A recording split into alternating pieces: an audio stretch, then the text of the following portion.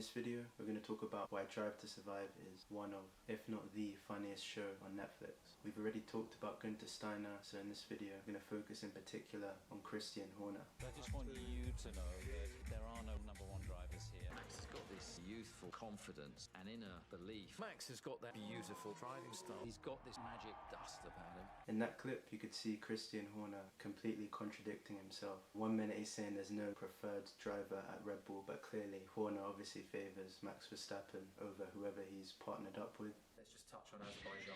How pissed off were you that day? Very.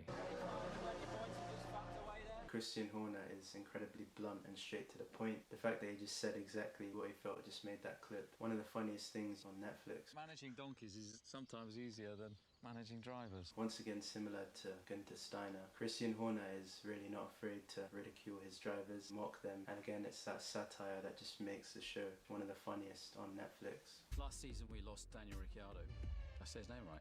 Ricciardo? Is it Ricciardo? Ricciardo. He only drove for us for 5 years. For me, it's extremely funny to see how Christian Horner violates himself for the fact that he's not able to properly pronounce Daniel Ricciardo's name. Hello.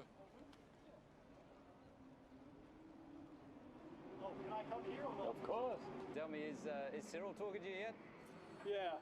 It's probably a bit like being dumped by a girlfriend, but she hasn't moved out the house yet. Horner coming up with a funny analogy there. Obviously, Ricciardo, Danny Ric was a Red Bull driver for 4 or 5 years, then obviously he went to Renault. In that clip, Horner was trying to get used to the fact that Ricciardo had moved on to a new team, but the way he puts it, that analogy, quite comical. Christian, who's your favourite driver? Tell the truth.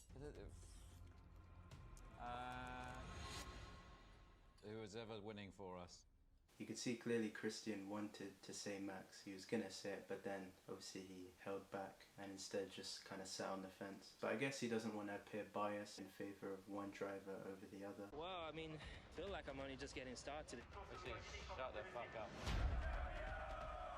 How many times do we have to sit and watch this shit? As I said before, Christian Horner's brutal bluntness adds a lot of comedy to the show. He says exactly what he thinks, doesn't hold back. It's Nikita Mazepin. Of course it is. Just try and avoid Mazepin around here. He's a fucking disaster. The way Christian Horner roasted another team's driver, Nikita Mazepin, he's not reserved in terms of how he speaks. There's no filter. Lewis was all over the place. Yeah, we're disappointed with second. He must be fucking mortified with seventh.